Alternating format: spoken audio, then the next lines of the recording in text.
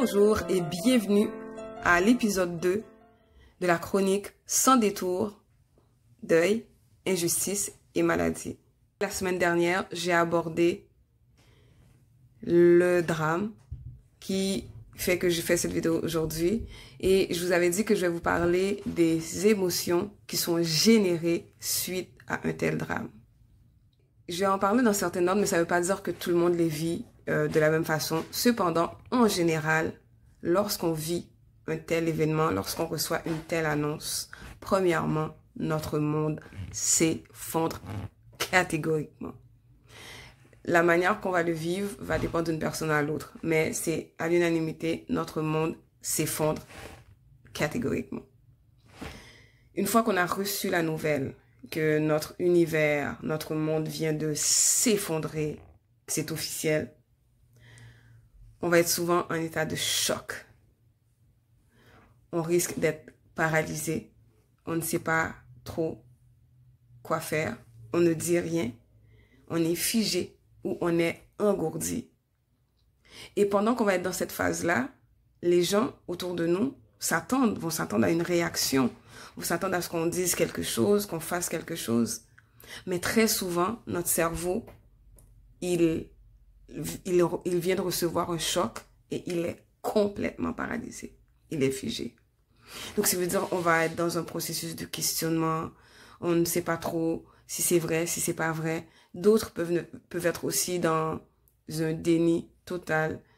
Donc, une façon de se protéger, de se dire non, la chose n'est pas du tout arrivée. C'est mon imagination qui me joue des tours. Après ça, va venir la phase de la colère. Oh là là.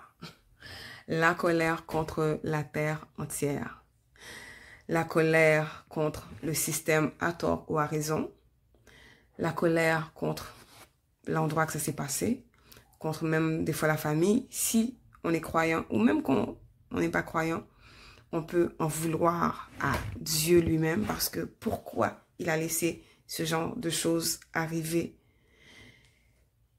à se questionner, on ne comprend pas pourquoi, on va se demander pourquoi moi, comme si ça justifiait ou ça légitimait que les autres le méritent, ce qui n'est pas du tout le cas. Mais le cerveau a cette façon de remettre les choses en question et de se dire, mais pourquoi moi? Qu'est-ce que j'ai fait pour mériter ça? On va aussi s'en vouloir à nous-mêmes parce qu'on s'est dit, ben, il y a forcément quelque chose que je n'ai pas fait. On se demande, qu'est-ce que j'aurais pu dire? Qu'est-ce que j'aurais pu faire? Et si je lui avais dit ça? Et si je lui avais empêché de sortir? Et si je ne l'avais pas appelé? Je veux vous dire que c'est humain. Je n'utiliserai pas le terme normal parce que dans ce cas-ci, il n'y a plus rien de normal après un tel événement. Mais c'est compréhensible et c'est humain. Donc, dans notre processus, on va continuer à se forcer pour se tenir debout. Donc, à être en colère, se sentir coupable, tenter de s'accrocher. Et il va avoir ce sentiment de vide parce qu'on n'a pas de réponse. Et probablement qu'on n'aura jamais de réponse. Et c'est là que le vide total, le néant, le chaos s'installe.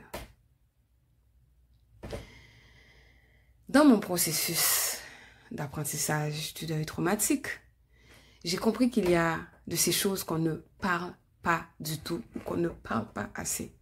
On ne parle pas suffisamment que le deuil est chaotique, est incompréhensible, est imprévisible. Il n'y a pas une seule façon de vivre son deuil, mais il existe une multitude de façons, autant de gens que de façons.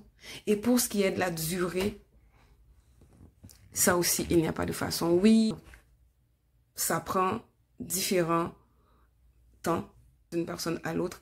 Et je veux vraiment vous rassurer de ne pas vous sentir coupable si vous sentez que vous êtes encore accroché comme si c'était dans le début. Parce que oui, ça aussi, ça fait partie que les émotions reviennent régulièrement de façon très vive, mais vont durer moins longtemps.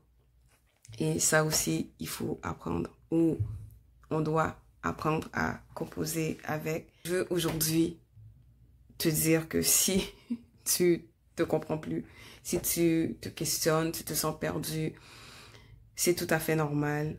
Si tu te sens isolé, c'est tout à fait normal. C'est légitime et que tu ne dois pas te vouloir. Tu n'as pas à être en colère contre toi-même parce que la vie a de ces surprises qu'elle nous réserve, autant de bonnes et de mauvaises, et cela en fait partie. Alors si toi aussi tu te sens submergé, sache que tu n'es pas seul et que tu peux partager avec nous ce que tu vis ou ce que tu aimerais qu'on puisse aborder dans les capsules à venir. En attendant, je te dis merci d'avoir été à l'écoute. Je t'invite à prendre soin de toi en attendant la prochaine capsule. Bye bye.